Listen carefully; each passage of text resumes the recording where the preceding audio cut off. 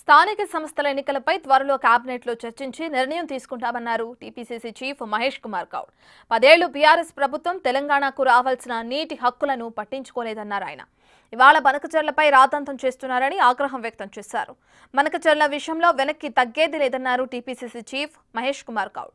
బనకచర్ల విషయంలో ప్రభుత్వానికి క్లారిటీ ఉందన్నారు. ఎట్టి పరిస్థితుల్లోనూ నీటి విషయంలో రాజీ పడమన్నారు.